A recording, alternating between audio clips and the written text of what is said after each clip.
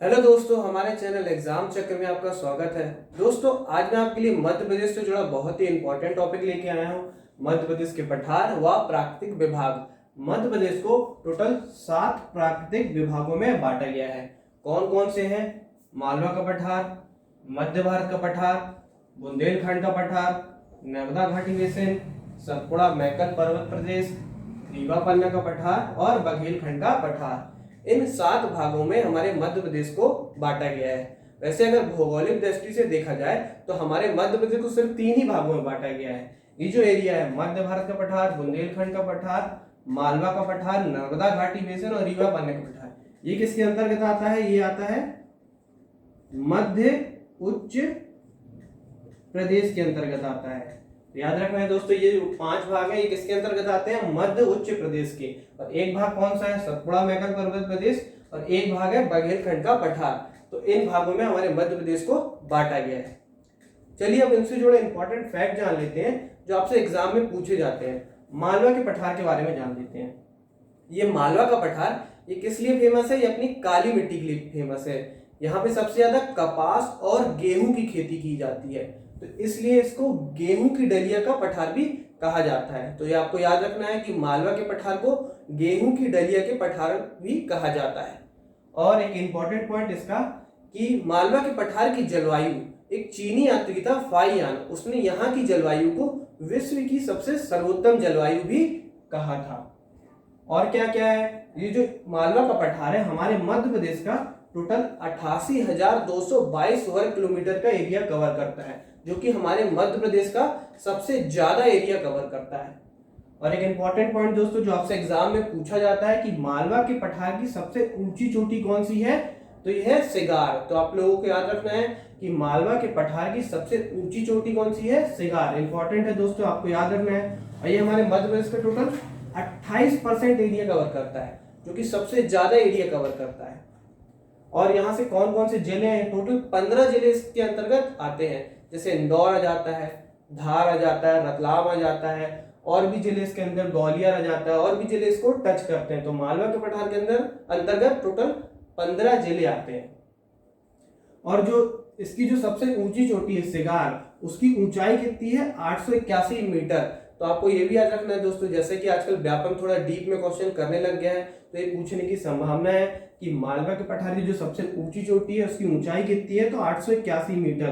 तो आपको ये भी याद रखना है। और यहाँ से जो नदियां बहती हैं, जैसे इंदौर के काकरीबड़ी से छिपरा नदी, माही धार से माही नदी बहती है।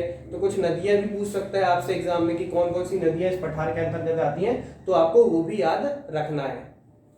नेक्स्ट देख लेते हैं नर्मदा घाटी बेसिन। नर्मदा घाटी बेसिन टोटल हमारे मध्य प्रदेश का 86,000 वर्ग किलोमीटर एरिया कवर करता है, जो कि हमारे मध्य प्रदेश के कितना है?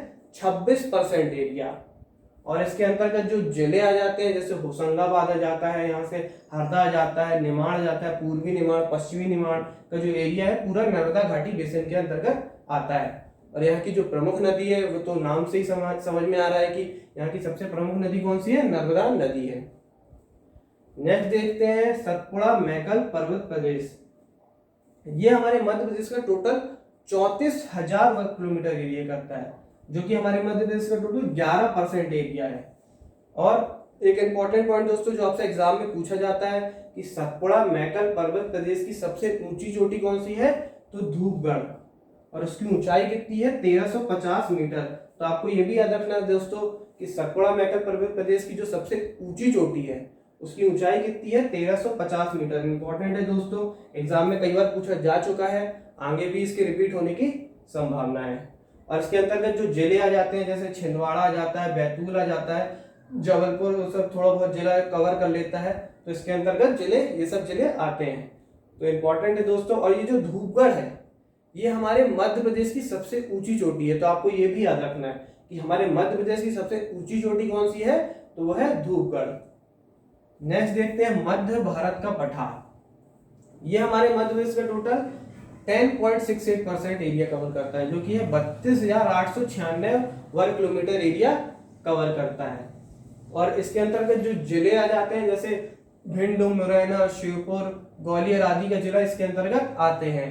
और नीमच इधर आ जाता है, तो ये सब एरिया कवर करता है। और एक इंपॉर्टेंट पॉइंट जो एग्जाम में पूछा जाता है कि मध्य भारत के पठार को और किस नाम से जाना जाता है, तो इसको सरसों के पठार के नाम से भी जाना जाता है। तो ये चीज आपको याद रखनी है दोस्तों, एग्जाम के पॉइंट ऑफ व्यू से पूछ सकता है। और ये हमारे मध्य प्रदेश किस एरिया में आता है, तो ये उत्तरी एरिया में आता है। ठीक है दोस्तों, याद रखना है, समझ में आ गया होगा उम्मीद करता हूँ। नेक्स्ट है बुंदेलखंड का पठार।